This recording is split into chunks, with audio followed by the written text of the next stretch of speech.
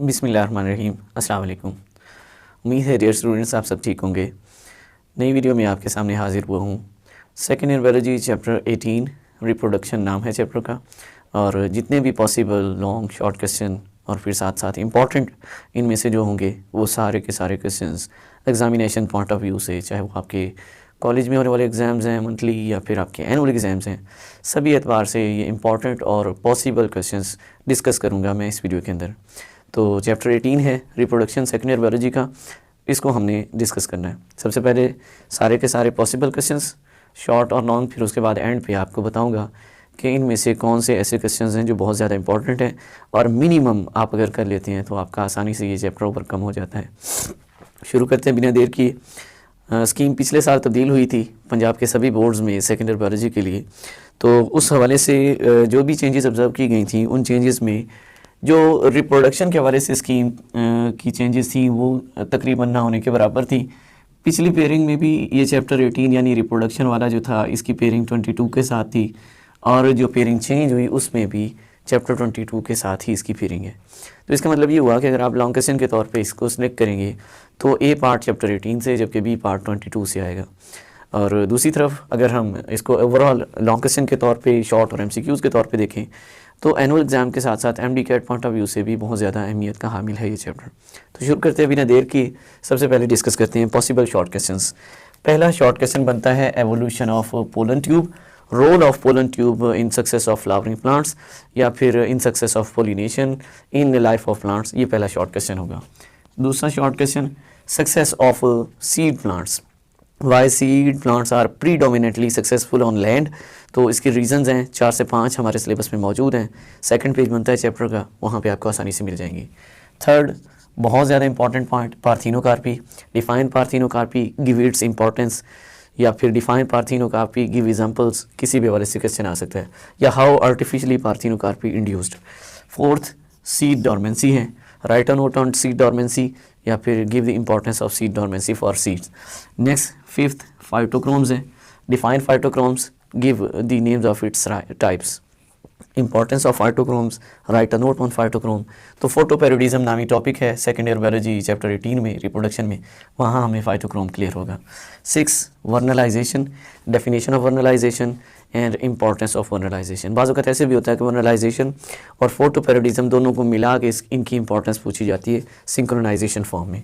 7th बहुत important short question है parthenogenesis के नाम से, right a note on parthenogenesis, define parthenogenesis, give also give its types, names of its types, या फिर पार्थेनोजेनेसिस की टाइप हैप्लॉइड पार्थेनोजेनेसिस या डिप्लॉइड पार्थेनोजेनेसिस, किसी के हवाले से भी क्वेश्चन बन सकता है। शॉर्ट आ सकता है, तीनों को लॉन्ग के तौर पे भी पूछा जा सकता है। 8 क्वेश्चन बहुत इंपॉर्टेंट है, एपोमिक्सिस के नाम से पार्थेनोजेनेसिस वाले टॉपिक में ही मिलेगा। 9 आइडेंटिकल ट्विंस और फ्रेटर्नल ट्विंस हैं जो कि अक्सर मिला के पूछे जाते हैं, ऐसा भी मुमकिन है कि अलग पूछे जाएँ, डिफरेंस आ सकता है, नोट आ सकता है इन दोनों के ऊपर। इसके अलावा 11 ओवीपेरस, 12 वीवीपेरस और 13 ओवोवीवीपेरस।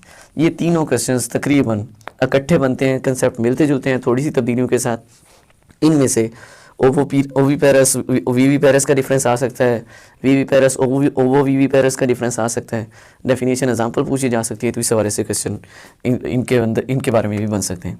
तो आइडेंटिकल ट्विन, फ्रेटर्नल ट्विन, ये एक क्वेश्चन बनेगा यहाँ से, जबकि ओवीपेरस, वीवीपेरस और ओवोवीवीपेरस इनमें से एक क्वेश्चन बन सकता है। नेक्स्ट अगर हम बात करें 14 पे, फॉलिकल एट्रेशिया है, डेफिनेशन आती है, नोट आता है, write a note on what you know about follicle atresia. 15 menstrual cycle, estrus cycle का डिफरेंस पूछा जा सकता है, नोट पूछा जा सकता है, डेफिनेशन पूछी जा सकती है। फिर 16 है what you know about corpus luteum, what is the function of corpus luteum. 17 menopause, 18 menstruation की डेफिनेशन और 19 आफ्टर बर्थ का क्वेश्चन पूछा जाता है। जबकि 20 में एक और क्वेश्चन बनता है जो मेरे माइंड से निकल गया था, वो था कि यहाँ पे एंड पे ना लास्ट पेज पे, इस चैप्टर के लास्ट पेज पे मौजूद है कुछ सेक्सुअली ट्रांसमिटेड डिजीज़, STD जिनको कहा जाता है।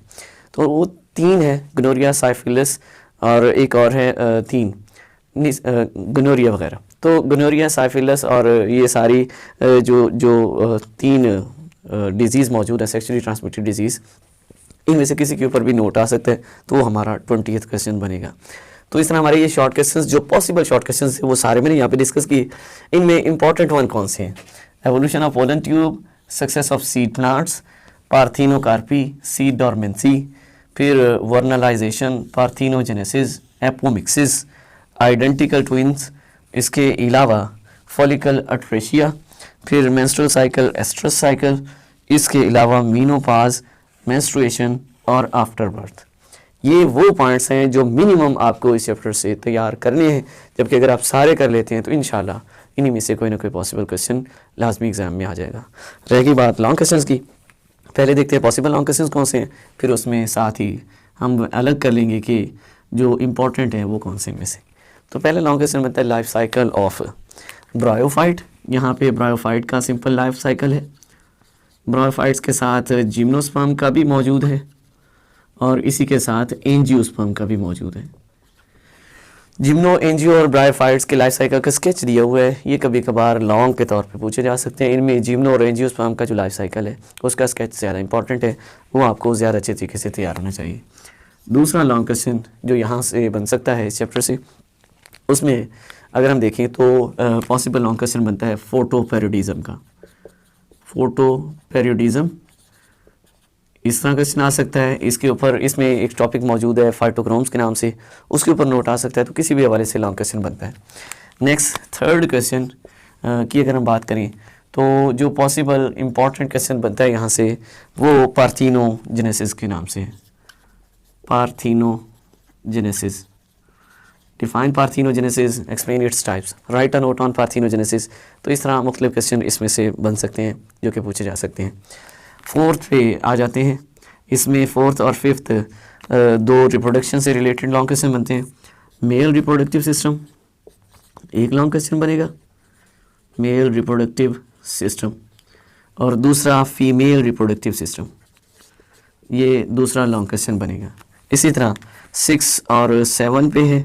इसमें एक लॉन्ग क्वेश्चन एक्सप्लेन किया गया है मेंस्ट्रुअल साइकिल के नाम से, मेंस्ट्रुअल साइकिल, और दूसरा क्वेश्चन एक्सप्लेन किया गया है प्रोसेस ऑफ बर्थ। बर्थ का जो प्रोसेस है उसकी एक्सप्लेनेशन पूछी गई है। तो ये पॉसिबल लॉन्ग क्वेश्चंस हैं। इनमें से भी अगर आप मिनिमम, मैं 5 ऐसे क्वेश्चंस आपको बताऊंगा, अगर ये 5 क्वेश्चंस आप कर लेते हैं तो इंशाल्लाह इन 5 में से ही लॉन्ग क्वेश्चन एक आध लाजमी आ जाएगा।